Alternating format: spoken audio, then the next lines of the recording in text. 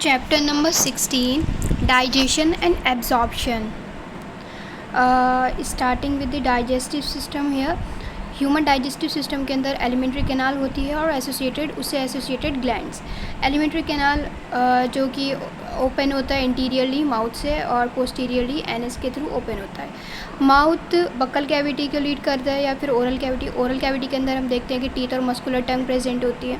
हर एक टूथ जो होता है वो जॉ बोन के अंदर एम्बेडेड हुआ रहता है। इस तरीके के अटैचमेंट को थिकोडोन कहा जाता है, जहाँ पर क्या होता है टूथ एम्बेडेड हुआ रहता है किसमें, जॉ बोन्स में।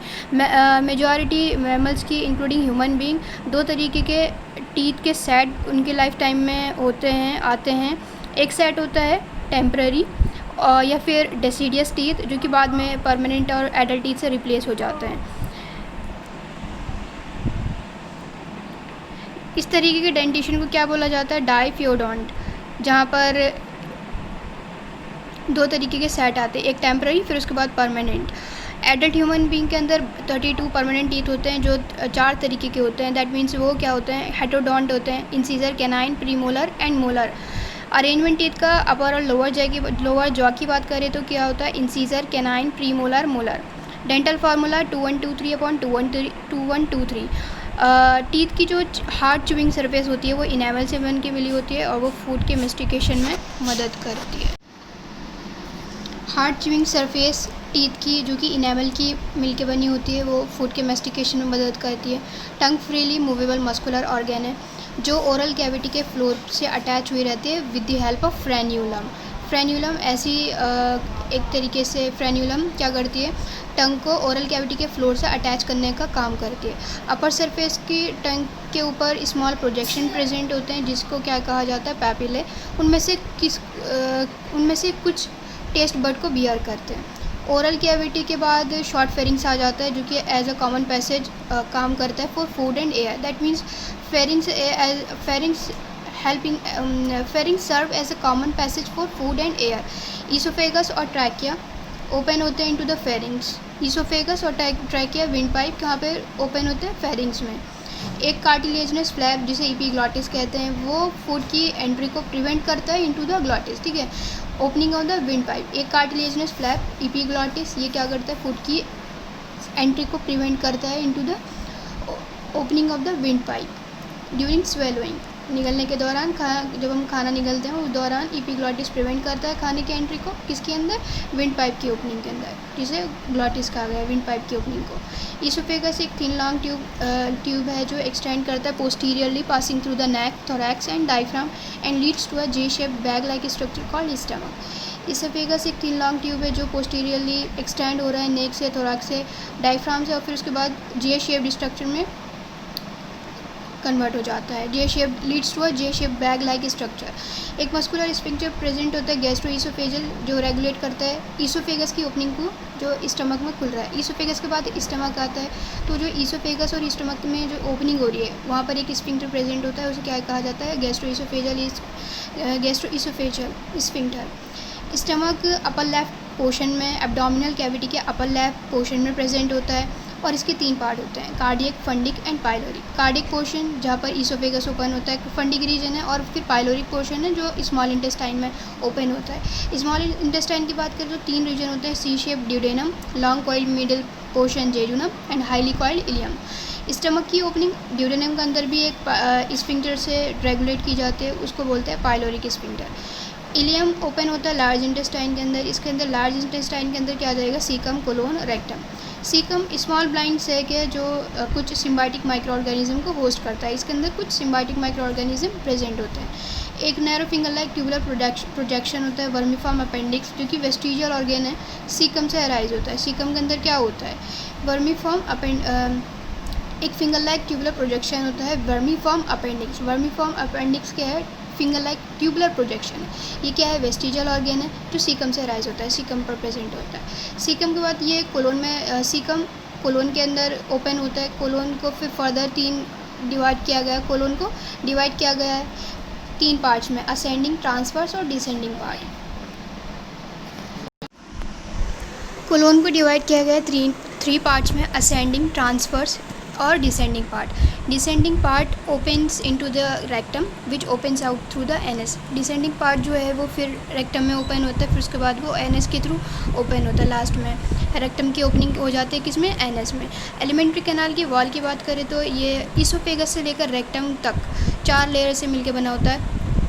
सबसे आउटर मोस्ट सीरोसा, फिर मस्क्यूलरिस, फिर सबम्यूकोसा, फिर inner most mucosa. Serosa outer most layer है और थिन मेसोथीलियम से मिलके बनी होते हैं। मेसोथीलियम क्या है, epithelium of the visceral organs, epithelium of the visceral organ.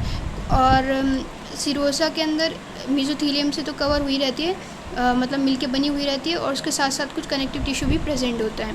Muscularis layer muscular होगी, दैट मीन्स उसमें स्मूथ मसल्स प्रेजेंट होती है, स्मूथ मसल से मिलके बनी होती है मस्क्यूलरिस लेयर। और ये इसका अरेंजमेंट जो होता है वो इनर साइड से सर्कुलर होता है और आउटर लॉन्गिट्यूडनल लेयर होती है। ऑब्लिक मसल्स लेयर कुछ रीजन में प्रेजेंट होती है।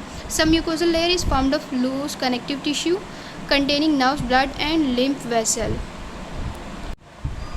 सबम्यूकोसल लेयर जो होती है उसमें कुछ लूज कनेक्टिव टिश्यू प्रेजेंट होंगे, नर्व्स होगी, ब्लड होगी, लिम्फ वेसल होंगे।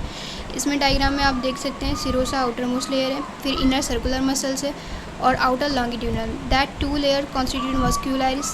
फिर ये सब म्यूकोसा आ जाती है, म्यूकोसा आ जाती है आपकी बिल्कुल ल्यूमेन के पास, दैट मीन्स ये क्या है, म्यूकोसा हमारी सबसे इनर मोस्ट लेयर है, ठीक है। फिर ड्यूडेनम में क्या होता है, ग्लैंड्स प्रेजेंट होते हैं in the submucosa. Duodenum region में जो सब म्यूकोसा होती है वो ग्लैंड्स का फॉर्मेशन करती है, ठीक है। Glands are also present in the submucosa in where in the duodenum region. In duodenum glands are also present in the सब म्यूकोसा।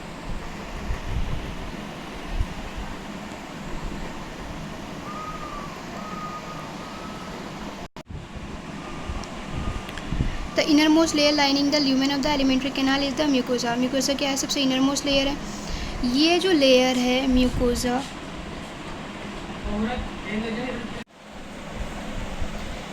तो इनर मोस्ट लेयर म्यूकोसा ये क्या करती है, रगे का फॉर्मेशन करती है। रगे क्या है, इरेगुलर फोल्ड्स हैं। स्टमक रीजन के अंदर म्यूकोसा रगे का फॉर्मेशन करती है और स्मॉल इंटेस्टाइन में विलाई का फॉर्मेशन करती है। विलाई क्या है, स्मॉल फिंगर लाइक फोल्डिंग्स है। रगे जो है स्टमक रीजन में और विलाई स्मॉल इंटेस्टाइन में। जो सेल विलाई को लाइनिंग कर रहे हैं उनके ये काफ़ी माइक्रोस्कोपिक प्रोजेक्शन का प्रोड्यूस करते हैं जिन्हें माइक्रोविलाई कहते हैं, और इससे ब्रश बॉर्डर अपीयरेंस का फॉर्मेशन होता है। ये मॉडिफिकेशन सरफेस एरिया को एनॉर्मसली इंक्रीज कर देते हैं।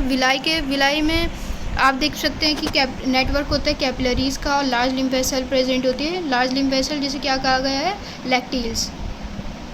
म्यूकोसल इपिथेलियम में गोबलेट सेल प्रेजेंट होते हैं जो म्यूकस को सिक्रेट करते हैं। म्यूकोसल इपिथेलियम में गोबलेट सेल होते हैं जो म्यूकस का सिक्रेशन करते हैं, जो लुब्रिकेशन मदद करते हैं।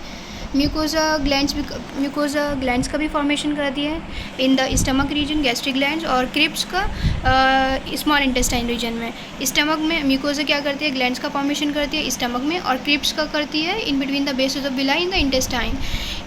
इसमें इंटेस्टाइन के अंदर क्रिप्स का फॉर्मेशन करती है, क्रिप्स ऑफ लाइबरकोहेन। और चारों की चारों जो लेयर है वो मॉडिफिकेशन शो करती है in different parts of the alimentary canal. जितनी भी 4 लेयर है वो क्या करती है, मॉडिफिकेशन शो करती है in different parts of the alimentary canal. अलग अलग पार्ट में, ड्यूडेनम में अलग मॉडिफिकेशन होगा, स्टमक में अलग, स्मॉल इंटेस्टाइन में अलग। तो ये चारों की चारों लेयर क्या करती है, मॉडिफिकेशन शो करती है, ठीक है। ये डायग्राम देख सकते हैं आप, एक सेक्शन दे रखा है स्मॉल इंटेस्टाइनल का, म्यूकोसा का, जिसमें विलाई दिखा रखी है। यहाँ पर विलाई है, ये लैक्टील्स है, ये कैपिलरीज है, आर्टरीज, क्रिप्स ऑफ लाइबरकोहेन, और ये वेन्स जा रही है। द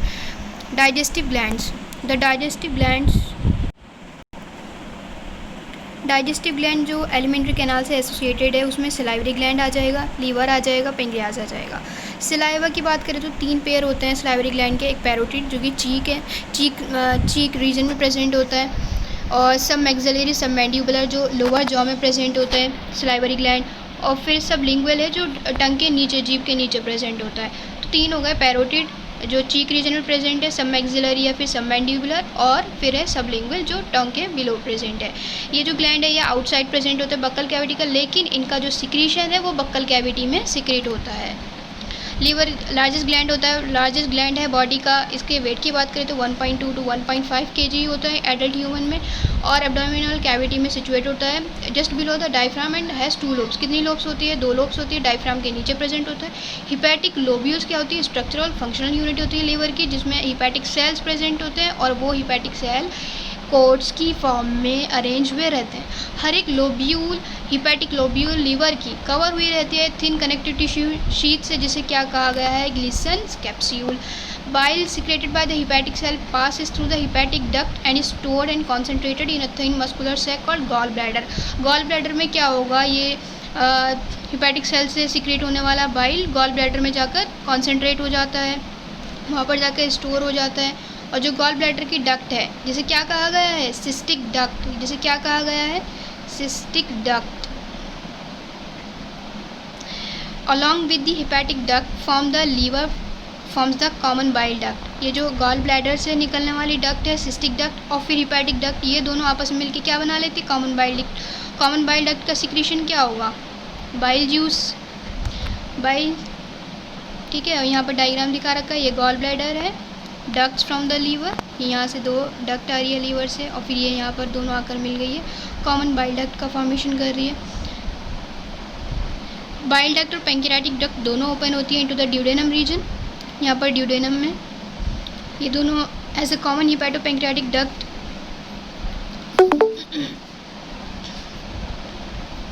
ओपन होती है as a common hepatopancreatic duct which is guarded by sphincter called the sphincter of Oddi. यहाँ पर क्या होगा? जहाँ पर ये कॉमन हिपैटोपैंक्रियाटिक डक्ट, पैंक्रियास का भी सिक्रीशन हो रहा है उस डक्ट में, और बाइल का भी सिक्रीशन हो रहा है इनटू द ड्यूडेनम रीजन। यहाँ पर एक स्फिंक्टर प्रेजेंट होता है जिसे क्या कहा गया है? Sphincter of ODI. पेंक्रियास एक कंपाउंड ऑर्गन है, दैट मीन्स वो एक्सोक्राइन भी होता है और एंडोक्राइन भी होता है, ठीक है। इसकी लोकेशन की बात करें तो ड्यूडेनम यू शेप का, जो ड्यूडेनम का लिम्ब होता है यू शेप का, उसके बीच में ये ऑर्गन प्रेजेंट होता है। कौन? पेंक्रियास। एक्सोक्राइन पोर्शन की बात करें तो ये एल्कलाइन पैंक्रियाटिक जूस का सिक्रेशन करता है, जिसके अंदर एंजाइम प्रेजेंट होते हैं। और एंडोक्राइन पोर्शन की बात करें तो हार्मोन्स, इंसुलिन और ग्लूकागन होता है, ठीक है। अगर आपको ये वीडियो लाइक हो या डिसलाइक हो तो आप अपना व्यूज़ ज़रूर दें, ठीक है। अगर आपको पसंद है वीडियो तो देन लाइक माय वीडियो, और अगर आपको नहीं पसंद है तो कोई बात नहीं, वो आपकी मर्ज़ी है, ठीक है। और सब्सक्राइब करना ना भूलें, क्योंकि मैं अभी एज ए बिगिनर हूँ यूट्यूब पर, तो सब्सक्राइब करें मेरे चैनल को और मुझे मोटिवेट करें अगर आपको ये वीडियो पसंद है। और इसके बाद हम वीडियो को एंड करते हैं। Take care, bye bye.